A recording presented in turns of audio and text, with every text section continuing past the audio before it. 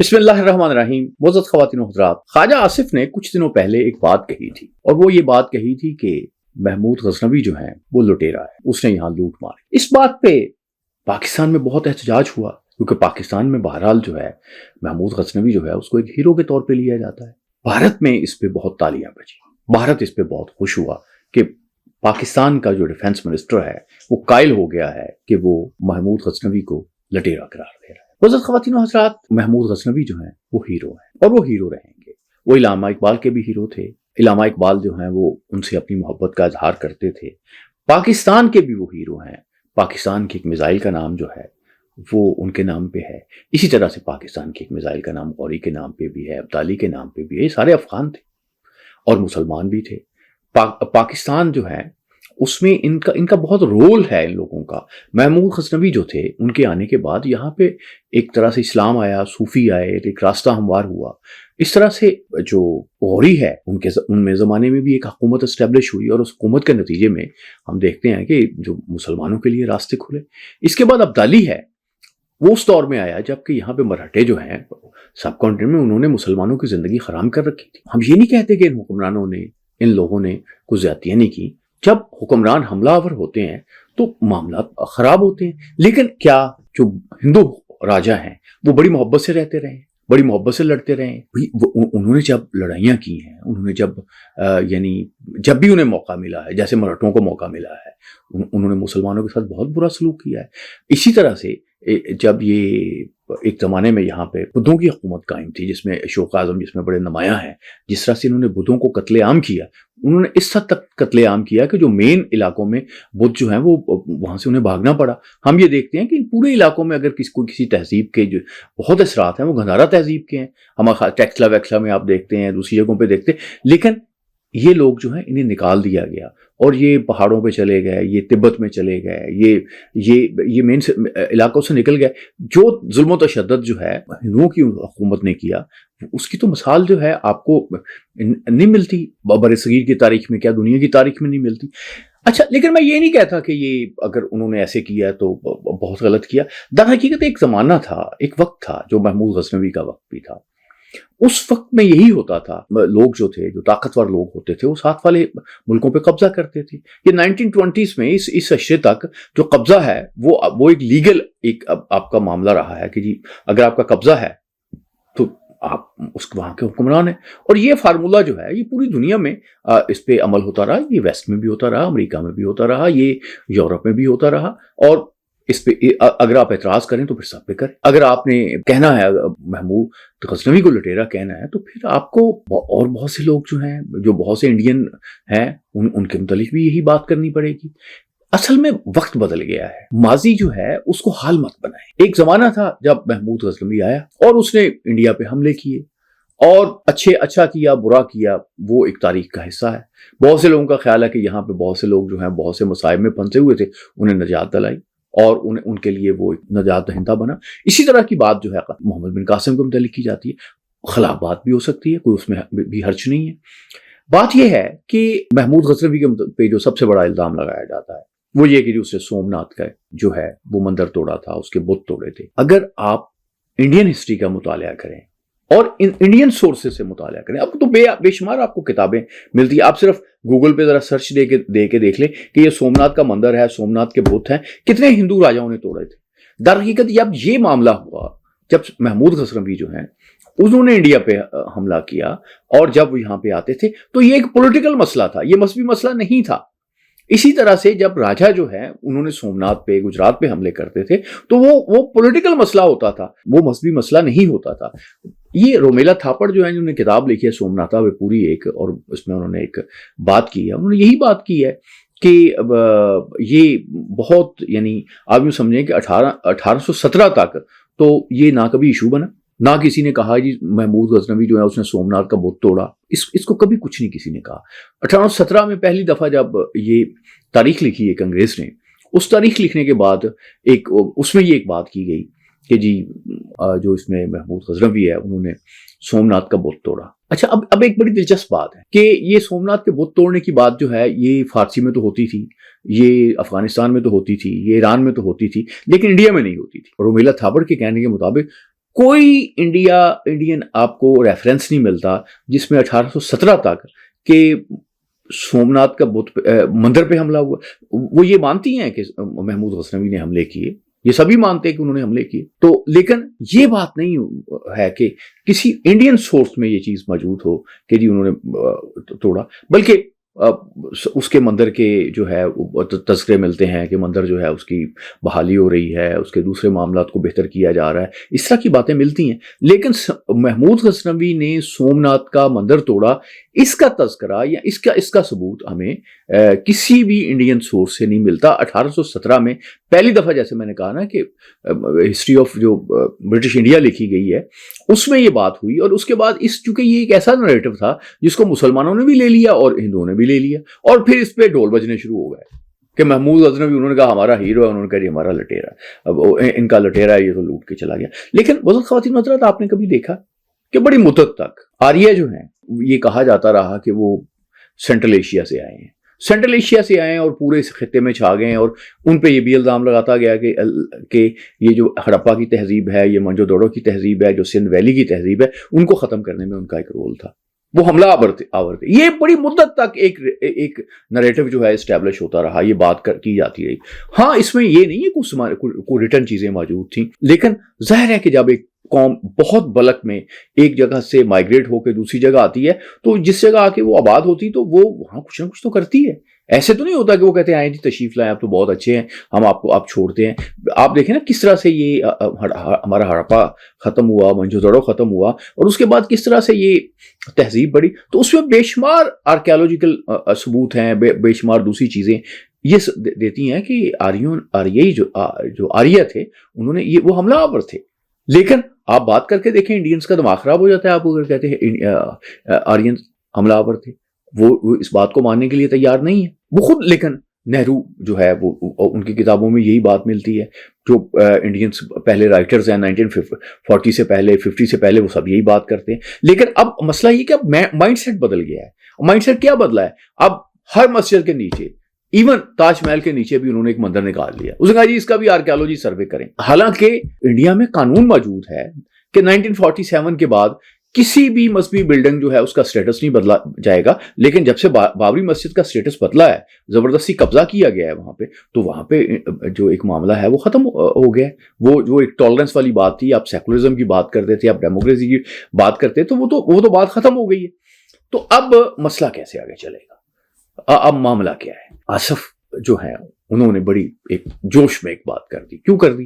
کیونکہ پاکستانی جو سپاہی ہیں، پاکستان کی جو فوج ہے، ان کے لوگوں کو شہید کیا جا رہا تھا، اور انہوں نے کہا کہ یہ افغانستان کا یہ معاملہ ہے، ایسے معاملہ ہے. تو افغانستان کے ساتھ ہمارے تعلقات اچھے بھی رہے ہیں، ہمارے ساتھ تعلقات برے بھی رہے ہیں، لیکن افغان جو ہیں وہ ظاہر ہے آپ کیسے کہہ سکتے ہیں وہ ہمارے بھائی نہیں ہیں، وہ بھی مسلمان ہیں، ہم بھی مسلمان ہیں. اور پاکستان نے جو ہے وہ 30 لاکھ افغانوں کو بنا دیا. اس میں گڑبڑ بھی ہوتی ہوگی جب اتنے لوگ کسی کے گھر بھی ہیں، 4 مہمان کسی کے ہیں، وہاں پہ رولا پڑ جاتا ہے، مسئلہ ہو جاتا ہے. میرا خیال ہے کہ جو افغانستان میں اس وقت بھارت کے پیسے کی وجہ سے ایک وہاں پہ نفرت پھیلائی جا رہی ہے، اور کچھ جو معاملات جنرلی شکایتیں بھی ان کی ہیں وہ موجود ہیں، اس کی وجہ سے کچھ تعلقات عارضی طور پہ دونوں ملکوں کے خراب ہوئے ہیں. ابھی اس میں ایک بات کی جا رہی ہے جی واغ خان پہ پاکستان جو ہے وہ قبضہ کر لے گا. پاکستان کیوں قبضہ کرے گا واغ خان پہ؟ بات ایک بڑی سمجھنے کی ہے اور بہت ہی نازک بات ہے، اور وہ بات یہ ہے کہ اس خطے میں جو سب سے بڑا اثر ہے، جو سب سے بڑا انویسٹر ہے وہ ہے چائنا.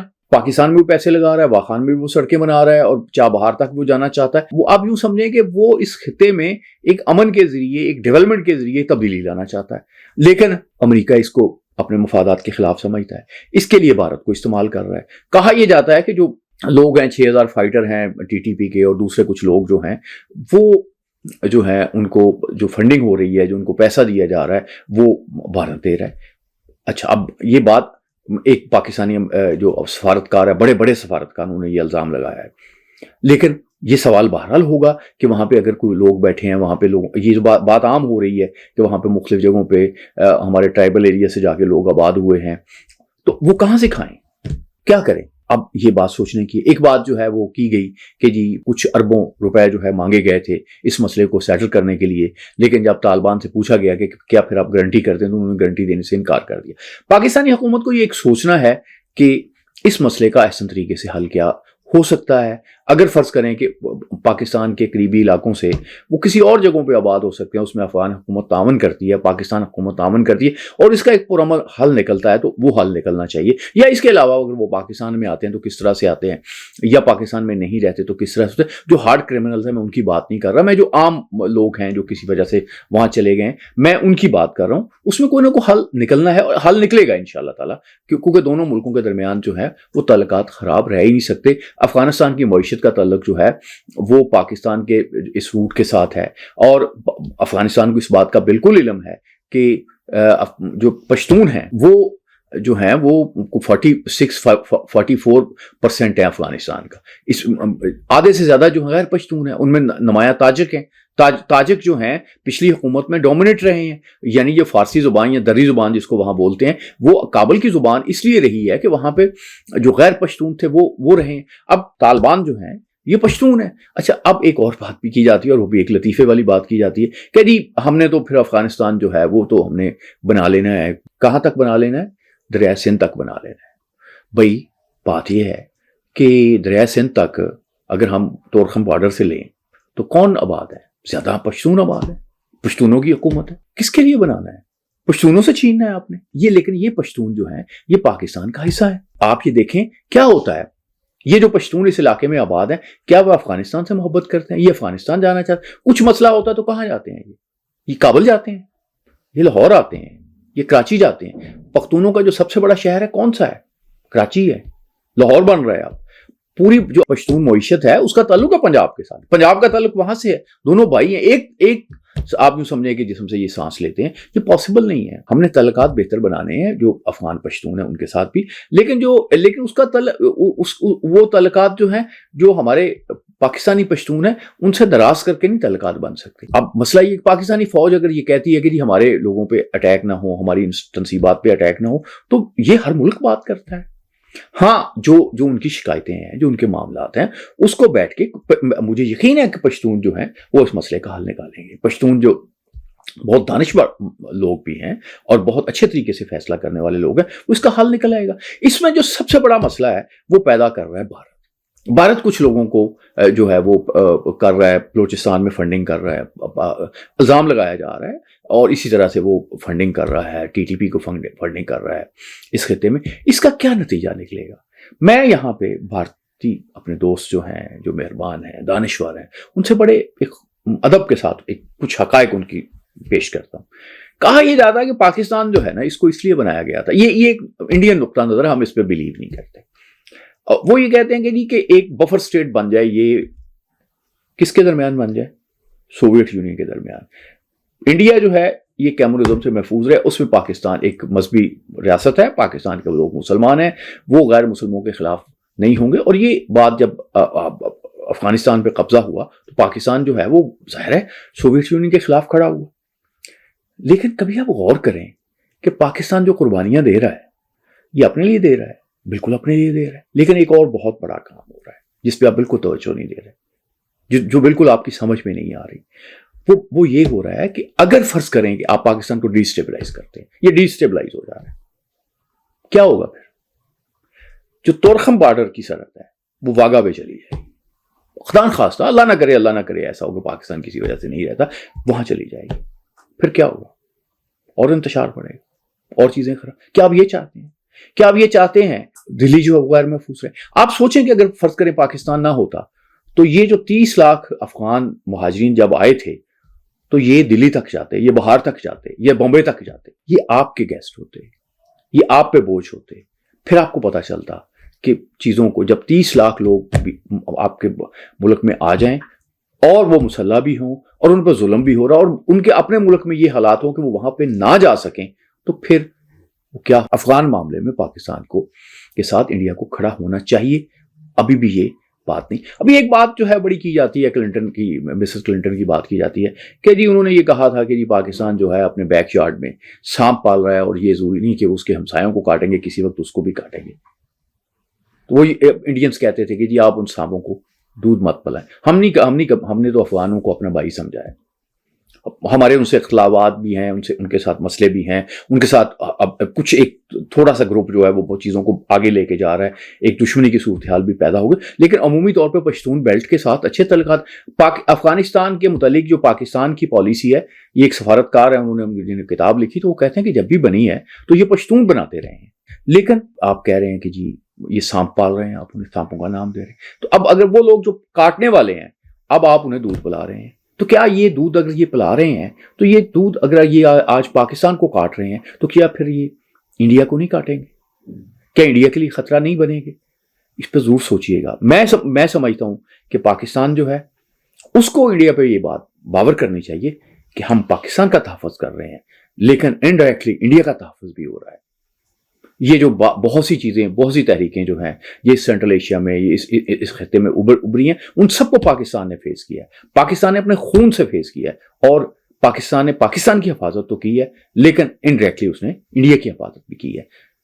انڈیا کے دانشوروں کو، انڈیا کے لوگوں کو یہ بات سمجھنی چاہیے، اور جتنی جلدی وہ سمجھ جائیں گے، اور جتنی جلدی وہ یہ سمجھ جائیں گے اقبال کی اس بات کو کہ سب کانٹیننٹ کے امن کا انحصار جو ہے وہ کابل کے امن پہ ہے، اور 1921 میں یہ اقبال نے بات کہی تھی، یہ بات آج بھی درست ہے، سب لوگوں کو مل کے کابل میں امن قائم کرنا ہے، کابل میں ایک ایسی حکومت قائم کرنی ہے جو اس میں ہیلپ کرنی ہے، ان کے اپنے معاملات خود قائم کریں گے کہ جو اس پورے خطے میں امن لے کے آئے، خوشحالی لے کے آئے، ترقی لے کے آئے، اور افغانستان کی سرزمین جو ہے یقینی بنانا ہے، سب کو یقینی بنانا ہے وہ کسی ملک کے خلاف بھی دہشت گردی کے لیے استعمال نہ ہو۔ اس کا نقصان سب سے زیادہ جب افغانستان کی سرزمین جو ہے کسی بھی دوسرے ملک کے خلاف استعمال ہوتی ہے تو تاریخ بتاتی ہے کہ اس کا سب سے زیادہ جو نقصان ہے وہ افغانستان کو ہوتا ہے۔ افغانستان نے جنگیں لڑی اپنے ملک کے تحفظ کے لیے اور اس میں کامیاب رہا، اس نے امریکہ کو شکست دی، اس نے سوویت یونین کو شکست دی، اس نے برطانوی